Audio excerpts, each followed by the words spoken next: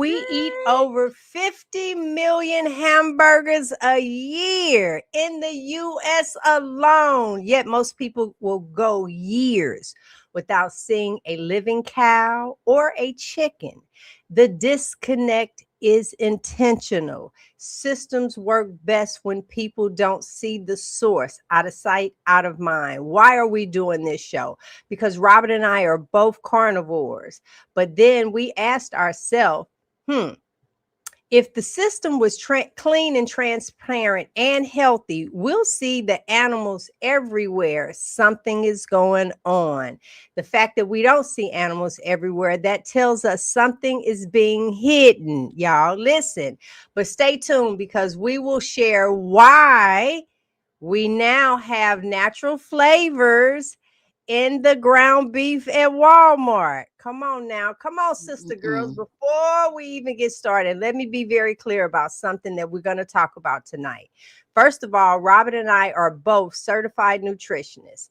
I've been a carnivore since May 26, 2023, which I want to say right around 940 days. But my girl Robin, over 1,000 days that she has been carnivore. So we're not guessing, we're not theorizing, we are not repeating headlines. We are actually living this in our bodies. It shows up in our lab work, our energy, our healing. Now, here's the question. After this show, you should make the choice of how you're going to eat for the rest of your life, especially since 2026 is almost here. The commercial says we sell billions of burgers every year, but when was the last time you actually saw a cow? Come on now. I ain't talking about the cartoon. I ain't talking about the Chick-fil-A cow. I'm talking about an actual real animal. Does our food system make sense to you? Robert and I come on here every week because we want you to know we are being tricked and bamboozled. We need for you to see through it. Out of sight, out of mind. You never even think to ask a question, but does our food system really make sense? At the end of this video, we're going to share who is working with lab-grown meat, 3D printed meat, and companies to be aware of. We will share what to watch out for on the labels. Hopefully by now you know to read the labels. All right, Robin, in someone over 1,000 days of being a carnivore, when did you first realize the food system doesn't add up? Well, hi everybody. My name is Robin Heron, and I am your carnivorous grandma. So glad to be back with you guys again tonight. What I realize is that most of our meat is coming from what they call CAFOs, or concentrated animal feeding operations. Have you guys heard about this? These big, I don't know, manufacturing plants, I guess I will call them, where they're feedlots where they're putting all these animals at. So we don't get to see the animals. These animals are raised in high density facilities that are designed for maximum output, not long-term health, not the health of the animal, right? I will say that I do work with a local farm in my local area. If you can find a farmer to work with to get your beef from, do that. Get your beef, your goat, your lamb, your chicken, whatever you can get from somebody that's local. Animals are centralized. They're kept out of the public view. We do not get to see them so that production can move faster without us, the consumer, seeing the conditions that make the cheap meat possible, right? Because if you were able to see how animals are raised at scale, productions would slow because that transparency creates resistance. Y'all heard of PETA, right? I know y'all heard of them. And questions cost money. So keep that stuff all hidden behind the veil so that we do not get an opportunity to see it. Did you know that modern chickens are bred to reach market weight in as little as 5 to 7 weeks? That pace is not a pace that their bodies were designed to sustain. So while you thought you got a deal on those very large chicken breasts, I just got some chicken breasts out of a bag today, and I'm like, what in the world kind of humongous chickens are these? What kind of chickens are these? The bodies grow faster than the organs, and then they have to add antibiotics. Make that makes antibiotics become necessary because when muscle growth outpaces organ development, antibiotics become a management tool to keep animals alive long enough to process. This is not traditional farming. Which traditional farming is focused on stewardship of the land, stewardship of the animals. This is manufacturing. That's why we can say that those feedlots are manufacturing plants for food, right? And it's built and generated to optimize for speed, for volume, and for profit. So if people saw how fast the animals are pushed, they'd ask why. Wouldn't you ask why? And keeping them out of sight keeps the system moving. So we do eat meat. And you know that G and I are both carnivores. She just talked about that and how long we've been carnivores, but we do care how our meat is produced. It does matter. And so eating meat does not mean ignoring reality. So where are the animals raised? What parts of the country? Where are you finding these animals at? Where are you going to go if you want to look at a cow in person? So for cattle, Texas is the largest place by far. That is the biggest spot where they're doing production. I'm calling it production because this is manufacturing of cattle. Nebraska, Kansas, Oklahoma, and South Dakota. Those are the top places where cattle are raised. And for poultry, the top places are Georgia, Arkansas, Alabama, Mississippi, and North Carolina. So, gee, if animals are raised this fast and this cheaply, how are burgers sold for $1? I had to mute myself. I'm so glad you asked me that because subsidies. Oh my God. So, meat is the one thing that's not subsidized. Animal feed is subsidized. The corn, the soy, the wheat, taxpayers backed crops. I can't say this enough. One of the reasons why some of the farmers were crying, so it's not as if they were actually farming our tomatoes. And see, when I heard farmers, I was like, oh my goodness, no, they're pretty much doing corn, soy, wheat, which those are the basis for all of the cheap food that we consume. All right. So cheap feed can make cheap meat, which will make cheap fast food that you can eat. The corn is actually done for animal feed, high fructose corn syrup, corn oil, ethanol, and food additives and fillers. That's why you can ride and see everybody has seen a cornfield. And soy, animal feed, seed oil like soy oil, uh lech lecithins. I know I ain't saying this right. It's a Lecithin. emulsifier. There you go, emulsifier in the processed foods, protein isolates, and industrial uses. That's for soy.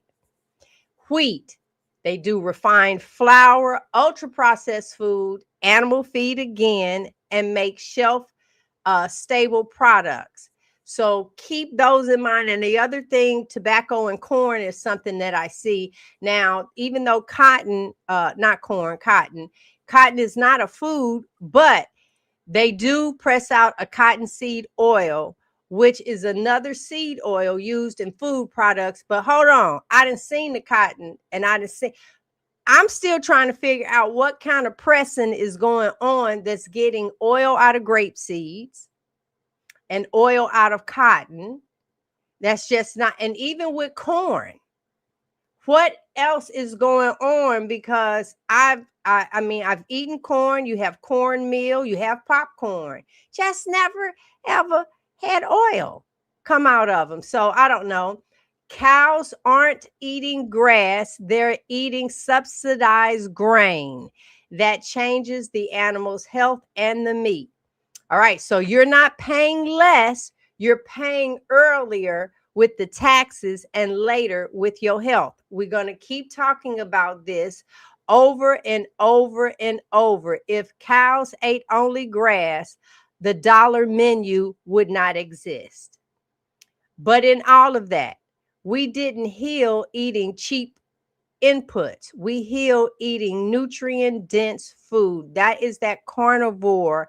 So, even with everything that I'm saying to you, watch as we continue on in today's broadcast of how it's still better for you than what they do to vegetables. It just is. When we compare vegetables today versus the meat today, the question isn't, is anything perfect? The real question is, which causes less stress and less illness in your body? That's the real question.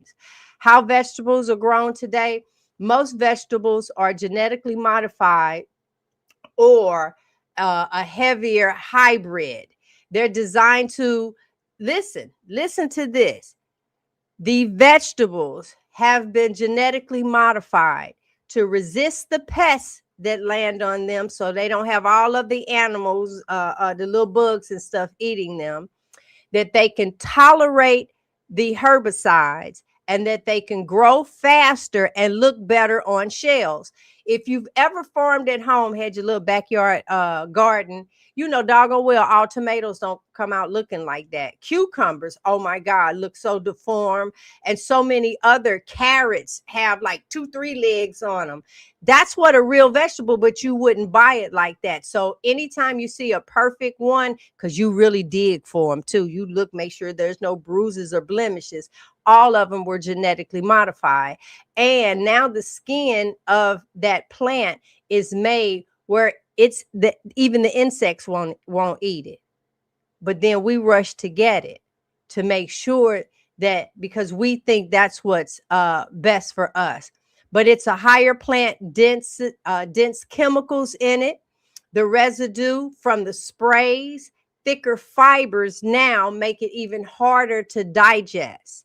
Somewhere someone said in regards to eating celery that don't pull the little strings off of it. That roughage, it binds together and it goes through your colon almost like a Brillo pad, cleaning off the sides of it. No, it don't. It damages you.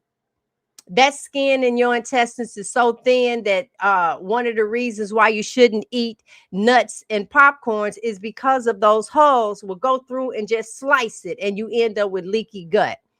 The those pesticides and stuff are making stronger vegetables much denser and harder for you to digest. It requires the human's gut to work even harder to extract even fewer nutrients, because you're not going to hold a nutrient in with these other toxins that's making the bugs repel it. Think about it. You got bloating, gas, inflammation. Then the autoimmune flare ups start happening with the IBS, the Crohn's, the lupus. All of those things start flaring up. It's a poor nutrient absorption because your stomach was never designed to break it down, because you don't have multi chambers. Vegetables today are optimized for industrial farming and not human consumption.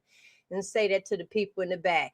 No, humans not supposed to eat it the way they are doing it now. Maybe they heard me.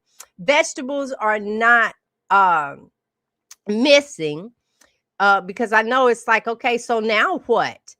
They are just not profitable enough to take over the land the way the commodity crops are. So what am I saying? You don't go by and see all of the fields of lettuce and all of these other different things, because corn, wheat, and soy are the main produce from the United States because it's making the dog foods, it's making the cereals, it's making all of these different things. It's making the pancake batter, it's making all of these things that we can sell cheaply. So, Robin, tell us why this matters for our health. So I do want to just pop this comment up here because this is so true. Like the glyphosate, this is what you're talking about, is all those chemicals that are being sprayed on this food. But what we understand is that a lot of our farmland is, well, like you just said, it's not dedicated to the things that we eat. That's why you see things like a lot of places have community gardens and those kinds of things, because you're getting your vegetables from somewhere way across the country. So anyway, the farmland is dedicated to feed crops, just like she was talking about, the corn, the soy, all the feed that the animals need. Fuel crops, so they're making these oils, industrial oils out of it. They're making gas for your car and all those kinds of things, and industrial crops, right? So our food system naturally is producing cheap calories, ultra processed foods, which we know are extremely toxic and cause the things that she's talking about with leaky gut and all that. The seed oils, you guys, leave them doggone seed oils alone. You don't need the canola oil, the soybean oil, the sunflower, safflower. All those seed oils they're not for human consumption. They were meant to lubricate engines or something. So don't eat those. And then all these additives. So this is not nutrient dense food. So, this system is not designed to grow healthy people, right? If it was, then we would see vegetables being grown everywhere. But what I see in my area here in Michigan is a lot of corn and soybeans, right? I do see some watermelons. Like there's some watermelon farms around here. Hey, Robin, Um, really quick, when I just listened to you say that we don't see farms, but we see medical doctors, hospitals, clinics, urgent care. You'll see that before you'll see a farm. Go ahead. right. Unless you're seeking it out, looking for it, right? So all of this, like, is the reason why carnivore really does simplify the mess. When most of the country is growing corn, wheat, soy, and cotton for fuel, feed, fillers, and factories, eating becomes complicated. As G always says, we're the only ones out here, what only species that's trying to figure out what we should be eating, because the food situation is super complicated because we're navigating an industrial system that was never designed for health. It was never designed to keep you healthy. Carnivore steps us outside of that system. So instead of trying to track which vegetables were sprayed, which oils were used, which labels are misleading, which processing level is acceptable, which plant was modified to survive the chemicals, we're going to choose foods that are one single ingredient, that they are biologically familiar or bioavailable to our bodies. When we consume it, our body can use it. They're nutrient dense, satiating, and they require very, very few decisions. I make very few decisions about what to eat. So, meat, eggs, animal fat, salt, and water don't ask you to decode the food system, they remove you from it. That's why so many people heal on carnivore, not because it's extreme, but because it's simple in a system that's built on confusion. So, G, talk to us a little bit about these loopholes with organic. What is the system not telling us about organic foods? I know because when I was going through like what I needed to do, because and I'm pretty sure a lot of the listeners, you guys are doing the exact same thing. What's best? So you scroll through, you see this vitamin. I Somebody told me about B12 shots, but I'm so frugal. I say $100 for a shot. Yeah, I just no, I don't think that I'm doing that one because in a month, that's $400, right?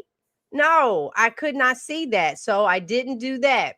But it's not that I didn't research it. I'm researching all of these different things, right? And then it's like organic came up. They always find words for us. Y'all, it's just advertising. Organic farming still allows approved pesticides. Let me say that again.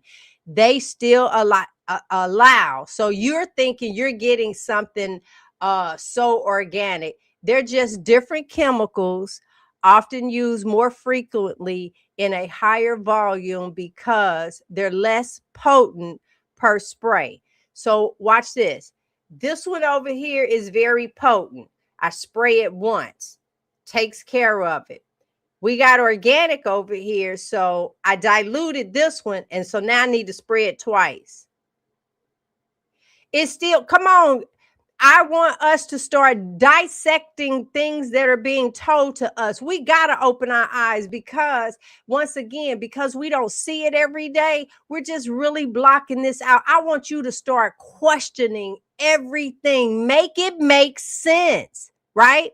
Organic meat, organic means different chemicals, not no chemicals at all. That's not what it means. By definition, organic crops can't be genetically engineered, but they can have cross contamination happens, especially with wind, pollination, all of everything is still going on around it. It's like I got this side over here that's going to be organic, but this side over here I'm doing, the rain comes and runoff happens, it's still getting into the soil. Organic standards focus on how the food is grown. Okay. It's not talking about the soil mineral content, the nutrient density, human absorption, none of that. They found a word and they have run with it. An organic tomato grown in depleted soil is still a low nutrient dense tomato. Okay. You're trying to find what's best for you. Organic processed food, still processed. You have organic sugar, organic seed oil, organic chips, organic cookies, and all of these they charge you more for. Organic junk food is still junk food. Okay. Organic doesn't equal ethical or humane. It doesn't. Organic is just that word. Organic animals, there's a standard, right? They're still allowed to be in confinement. They're still allowed a feedlot finishing. uh they still don't guarantee pasture access year round. Organic meat can still come from large industrial systems. Imported, a large percentage of organic food is imported where enforcement is weaker on that. Inspections are inconsistent and fraud has been documented because you guys ran out and was willing to pay a little bit more for organic. Organic on paper doesn't mean organic in practice. I need for you to understand that. Organic food can still be harvested early, stored for long periods, shipped thousands of miles. So I would think that my food would need to rot faster if it was so organic, but it doesn't. Time matters for nutrition. Organic doesn't stop degradation. So, organic is better than conventional in many cases, but it's not a guarantee on health.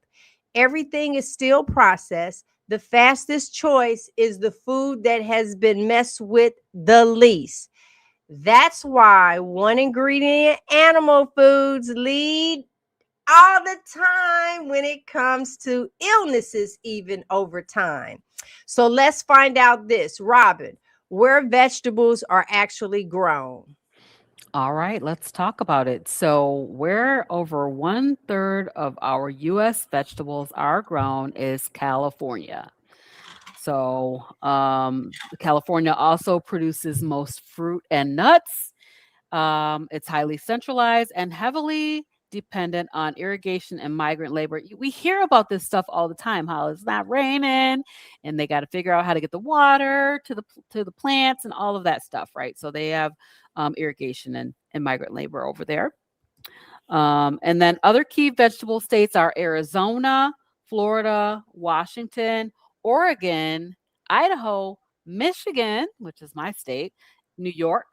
And vegetables are grown regionally and seasonally, so not across the entire country. If you think about it, I think George just posted something up in here about seeing some vegetables and like summer fruits in the market right now, and it just doesn't even make sense because yeah, December here in the UK and the stores are full of tropical fruits. It just doesn't look right through the eyes of a carnivore. It does not look right because these fruits are not in season. So you know that they're coming from somewhere out of the country or somewhere else in the world. So that's why you don't see them everywhere. They're being imported in. I'm looking at bananas. Like, we don't get no bananas in Michigan. We do not get grow bananas in Michigan. Michigan is apples and cherry. I can't even think of the name of the thing. You know, those little cherries, peaches, those kinds of things. Seasonally, though. And then meat is grown, right? How is it grown? Because animals are still animals. They're not genetically reprogrammed at the cellular level. They're a lot of them are grain fed and they're raised in these CAFOs, in these commercial feedlots. But the meat itself does remain a complete protein. So here's the thing about cows, right? We talk about this all the time. The cows have a multi-chambered stomach, right? We don't have that. So they're able to chew that stuff up and process it and make it into meat for us. We cannot process it because it's just not designed. Our bodies are not designed to do that. So the remains a complete protein. It has the bioavailable nutrients and it has the fats that the human body recognizes. Even conventionally, feedlot raised meat is easier to digest. It's less with the chemicals, right? We just talked about all those glyphosates and all the different things that they're spraying this food with. And then it's more nutritionally dense than plants. These modern plants, I'm telling you, people are like, well, what about when the Bible said you could eat everything? I'm like, well, when you find something that resembles what was back in the Bible days, you go ahead and eat that. I don't think you're going to find it. So when you improve sourcing, grass fed, pasture raised, right? So when you go from, your conventional feedlot animals, something that's been eating grain all of its life, to now we're switching over to grass-fed, pasture-raised animals, then we get greater benefit from that. But even basic meat, Dr. Berry says eat hot dogs and bologna before you eat a vegetable. Before you eat a potato, eat some hot dogs and bologna. That would be me. Even basic meat tends to create less metabolic stress than modern vegetables. So, why meat leads to a less sick body overall is because we don't have a need for genetic modification in order to be productive. We do not receive those plant toxins. I think somebody in here talked about oxalates and lectins already. Those plants are defending themselves through chemical warfare. And so we don't have that. We also don't need fiber. I know they told you, yes, they said, you need to take some Metamucil every day. You need fiber in order to clean out your colon.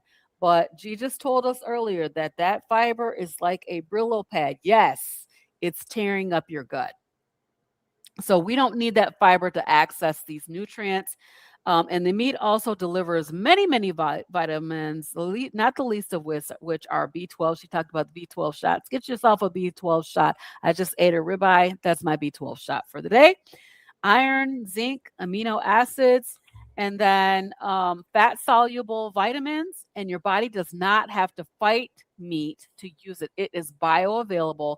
Your body is naturally going to be able to absorb it. So here's the comparison. The bottom line is that our vegetables today are altered to survive chemicals, which means that they're harder on the human body. And then our meat today has been altered in the feeding methods, but not the biology of the animal. And it's easier for us to digest. So when everything's processed or altered in some way, the least sick body usually comes from choosing foods that require the least biological negotiation. That's why over time, one ingredient animal foods consistently, you guys, lead to fewer symptoms, less inflammation, and more stability for many people.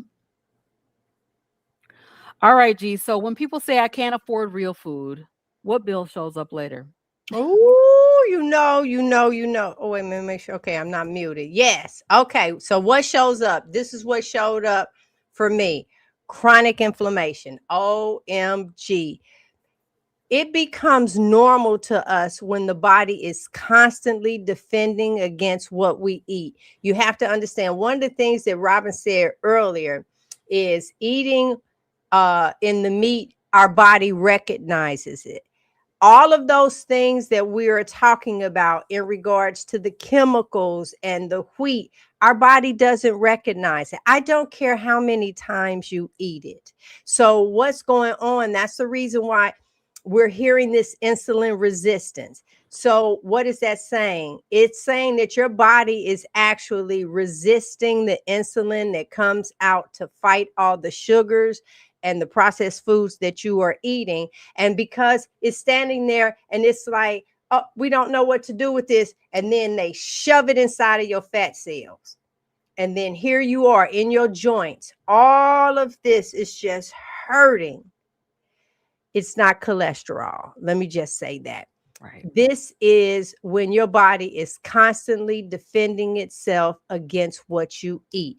Then we start calling pain, swelling, stiffness.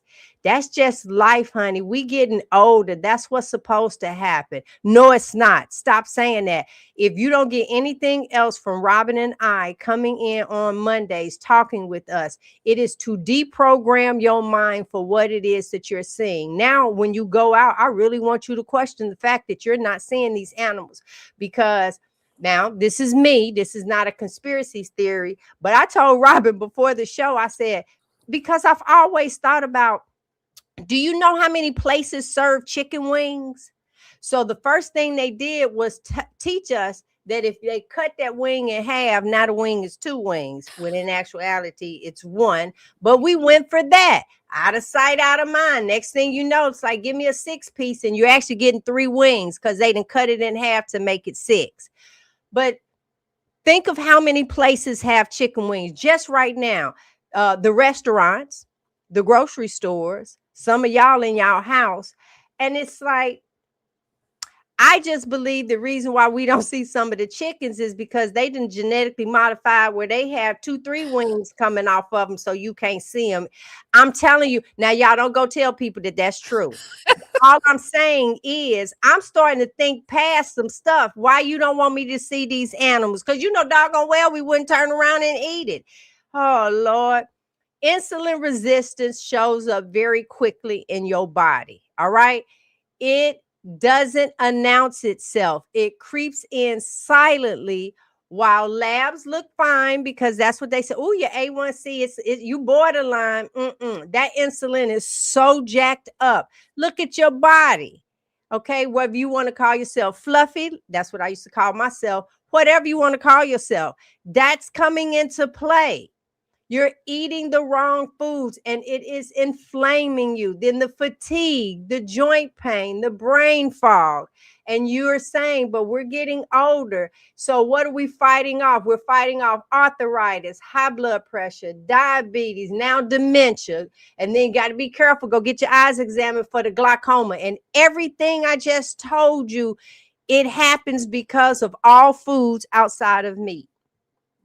Then comes the diagnosis, the diabetes, the high blood pressure, the autoimmune. Diagnoses don't just appear out of nowhere. They arrive after years and years of ignored signals. You have been ignoring signals in your body, right? Then when the body finally collapsed under the weight of chronic metabolic stress, that's what ends up happening. We talked about that. Do you know how many people got dark elbows, darkness under the eyes? And it's like, oh, sis, you need to get some rest. No, 10 years of that food bothering you. And here we go. So then you go and put a topical on it, but it was never a topical. These aren't random things that are happening to you. They are predictable outcomes of the chronic dietary stress. So in carnivore, your labs will normalize, the inflammation drops down tremendously, your weight will start stabilizing, and mental clarity returns. And because of mental clarity, that's why I'm sitting up here thinking the way that I am thinking. Wait a minute, I need to question this. Wait a minute, everybody's going this way. I need to question that. Why is it? Why is that sign saying that? Just start questioning the things around, and you'll realize just how much we're being manipulated. The Mhm. body doesn't forget what you feed it. It's not going to forget. Cheap food always sends a bill. I can't say that enough. So, CTA, oh no, that's not it. Sorry about that, y'all. I know. It's all right. Oh, it's okay. But I will say this. We're going to invite you to our Hey Sister Girl Facebook group. But I have been declining people who are not trying to answer the questions at all. If I see no response, I hit decline. I don't look at your name. I don't look at any of that. We have a free Facebook group that shares tips and everything because this is our village. We emphasize unlearning that stuff that we've been taught. Now, I said we would share who's working with lab grown meat or cultivated 3D printed meat. First, language matters. All right. You may not always see the words like lab grown, 3D printed, anything like that on packaging. What you'll see is cultivated meat, cell cultured meat, cell based protein, fermentation derived protein, novel protein, or alternative protein. Mhm. Those will be yellow flags for you. Uh, these companies are publicly known for developing uh, or investigating lab grown or cultured meat. I'm going to name some places. This is not accusation. This is documented businesses who have invested in this. Upside Foods, Good Meats. What is this? Aleph? Aleph Farms, Mosa Meats, Believer Meats, Blue Nalu, and Future Meats Technologies. These companies have received FDA and USDA clearance for limited production. Most of this is for restaurants and not grocery shelves yet. Okay. If you haven't figured out, they're going to find the cheapest product to give the biggest bang for their buck. It's not going to change for you. So these companies are not selling lab meat in stores yet, but they are funding and partnering and positioning for it. And here are these people: Tyson's Food, Cargill, JBS, Nestle, Unilever right here down the street, Bill Gates backed investment funds, Singapore sovereign funds, and Saudi and global AG tech investors. These are companies, I'll say again, that are not selling lab meat in stores yet, but they all are funding and partnering and positioning themselves for it. This matters because distribution power determines what show up in your stores later. As for now, no major US grocery store is openly selling lab grown meat as a standard product. Okay? So I'll say this again. There is no evidence right now that the US grocery stores are selling lab grown or 3D printed meat in their products. Part of that rumor, we know, I saw it like most of you, that leaked from a recording when a company has denied the regulations, talking about Campbell's, where he said 3D printed meat. Now, I do feel something wasn't right with the meat, but you also understand that they can take scraps, blend them together, put a few fillers in them, and then re-slice them into the little things. That's what your nuggets are. The chicken nuggets, break them open and look at it, right? Okay. Now I want you to know that the regulations have only been approved for cultured meat for a limited sale in restaurants. Which restaurants? I don't know. But some of your high-end restaurants, no, I don't know the names of those restaurants. I could not find that, but be on the alert for future sales at like Whole Foods, Sprouts, Trader Joe's, or specialty or sustainability focused type retailers. Why? Because novel food products are often introduced where shoppers expect innovation. And you think about it, when you most vegans will go to um uh a Whole Foods or a Sprouts looking for impossible meat, the vegetation, and different things like that. So please note, they will have some there, and possibly that's what the vegans will start eating, lab grown meat, because there's no animal harm to it. So I want you guys to start reading carefully, especially in the next 3 to 5 years. Watch for cell cultured, cultivated, produced via fermentation, animal cell derived, no slaughter required, sustainability grown protein. If it doesn't come from a whole animal, you will be able to identify it. Important.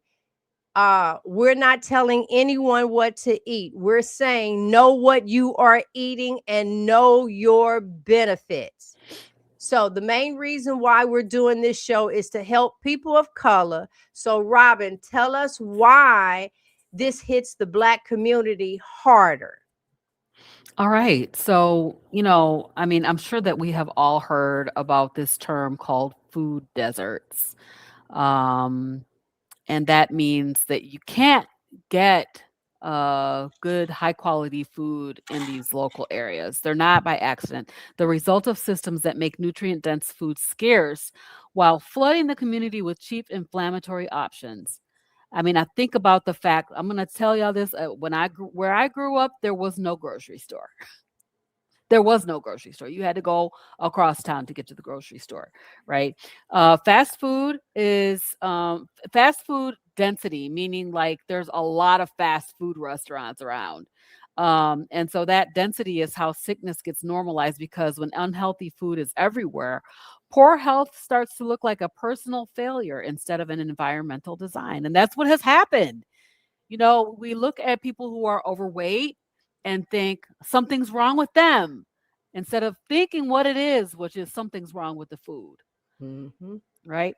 We also normalize illnesses. So illness becomes normalized when entire communities share the same symptoms, turning chronic pain, fatigue, and disease into just how it is instead of the crisis that it is, the metabolic health crisis that it is, you guys. People are dying from stuff that they shouldn't be dying from. We also have this narrative that it's genetic. It's your genetics. You're genetically predisposed to X, Y, and Z. This narrative is convenient because it removes the responsibility from the system while convincing people that they were destined to be sick no matter what they ate. And we are finding out that this is just not true. You may have a propensity toward a certain predisposition, like mine is hypertension. If I eat the same thing my ancestors ate, I'm going to have hypertension. But if I don't, then I don't have to have it, right? And then there's the generational impact. So when food environments stay broken for decades, the damage doesn't just affect one person, it rewires the habits, health, and expectations across the generations. So this didn't start with us.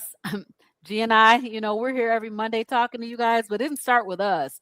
This landed on us. Like, this is a burden for us to come in here and keep talking about this every week and trying to get the word out that it's the food, people. It is the food. And so we're paying a price for, for decades of eating all the wrong foods.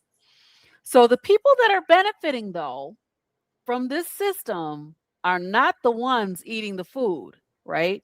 The people who are benefiting from this issue are big agriculture.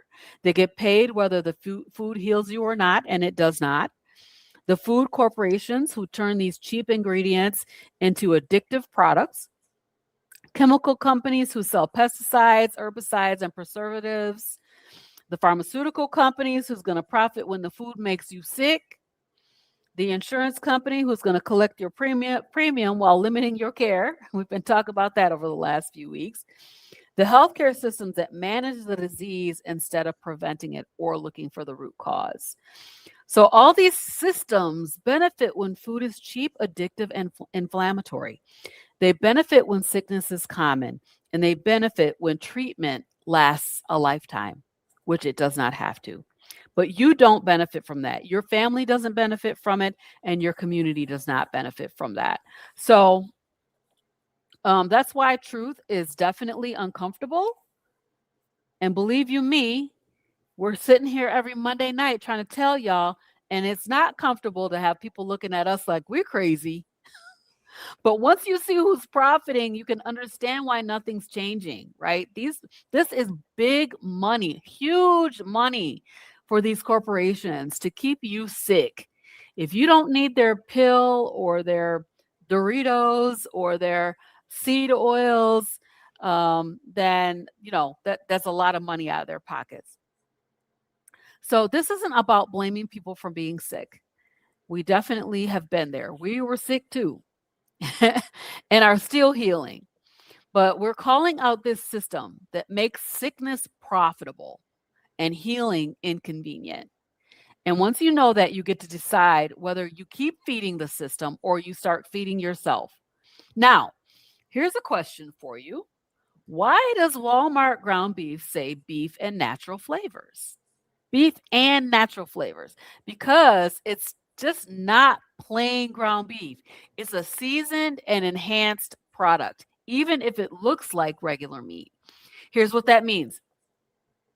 So natural flavors is a legal term, right? It's not an ingredient. So if it says natural flavors, that's not just one thing, right? It can include flavor extracts, it can include broth, yeast extracts, it can include natural glutamates like an MSG type of a thing, and spice derived concentrates, and literally hundreds of chemicals are part of natural flavors. It can mean almost anything. And a company is not required to list what the exact source of those natural flavors are. So even though it says natural, it's really anything but. It's added flavoring. And why are they adding it to the ground beef? They're standardizing taste across large batches of meat. They want to improve the flavor after freezing, storing this stuff for a long time, having a lower quality of trim that they're using in the batch, and to make the cheaper meat taste better and more consistent. So this is common in large scale retail meat, especially with preformed patties or bulk ground products. So here's the plain distinction that you need to be looking for. Plain ground beef should say one ingredient. Guess what that ingredient is? Beef. That's It it. should say nothing else. So, I mean, it's kind of mind boggling that you actually need to read the label on your meat, but you need to read the label on your meat and make sure that it just says one ingredient.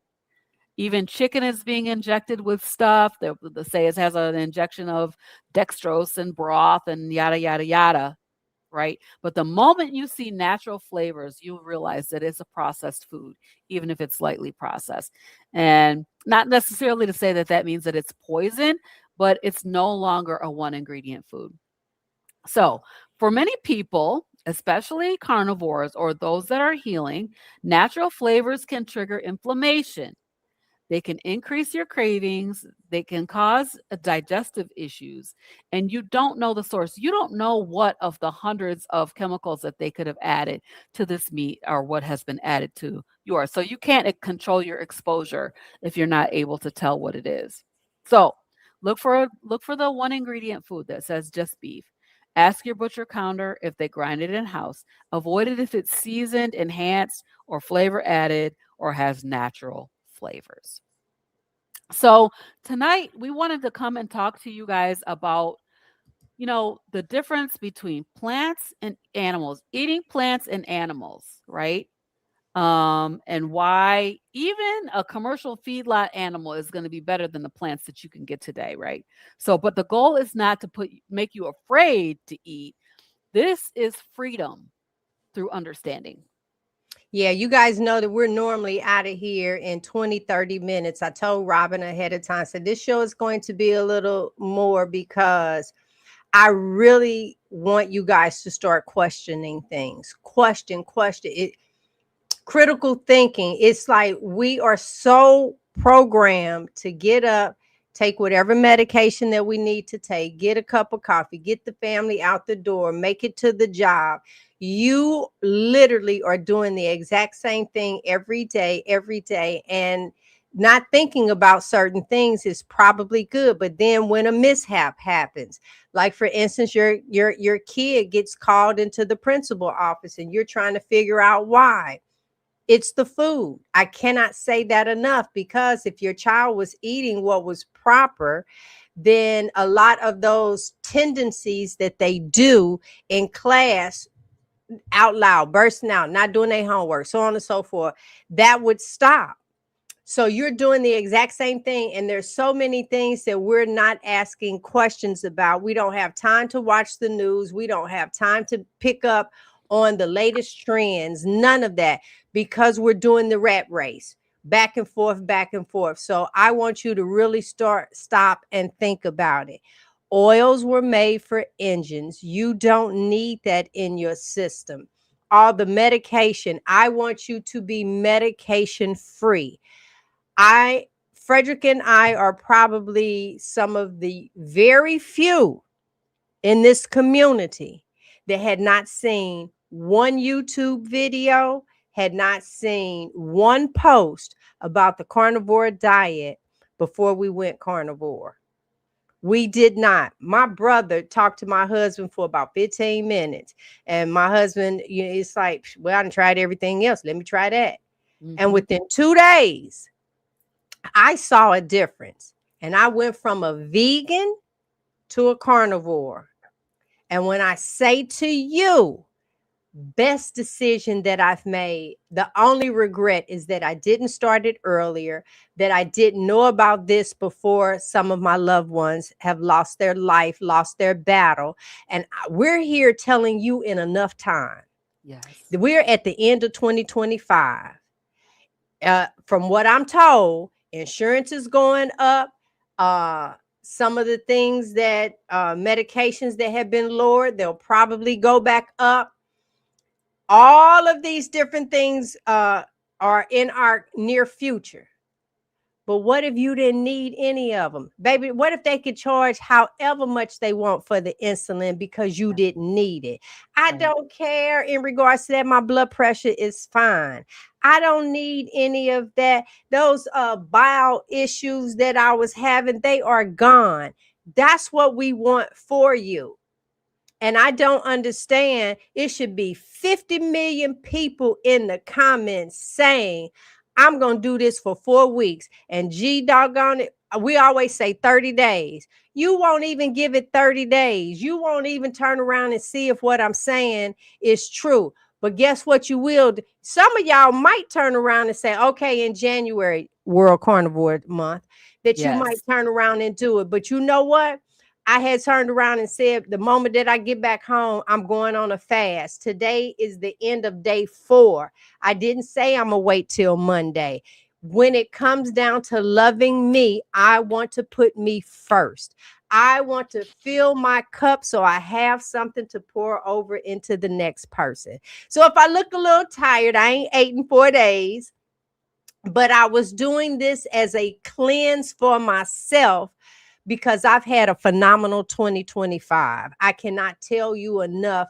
Robert and I, we have that Marco Polo group. We go in there, and my brag is I have done 15. I have ran pretty much a 10K every day this year, and I'm just going to continue it on for the rest of my life. So what does that mean? I haven't eaten, but I still got up and did my steps. And I got all my, well, right now it's probably 14,400 according to the app. The watch will be on my thing, but I've been doing it. I Mhm. have made a commitment to myself, and I am placing me first, because guess what? They're going to replace you on that job. Let something happen to you. If you don't already get a layoff for everything that's happening. So don't worry. Fix yourself where you are off all medication. And so, That's the Robin, thing, G. That is the thing, is that you can be off all of your medication. We were both on medication before we started Carnivore. I was on high blood pressure medication, anxiety medication, allergy medication multiple times a day. Come on. We were on yes, medication. She Wendy, was on those yeah. doggone Percocets. Okay. You know Y'all what I'm better saying? know my medicine. Shoot. I'm Three saying, like, years. 3 years. you don't need to be on those medications. Change the food and change your life.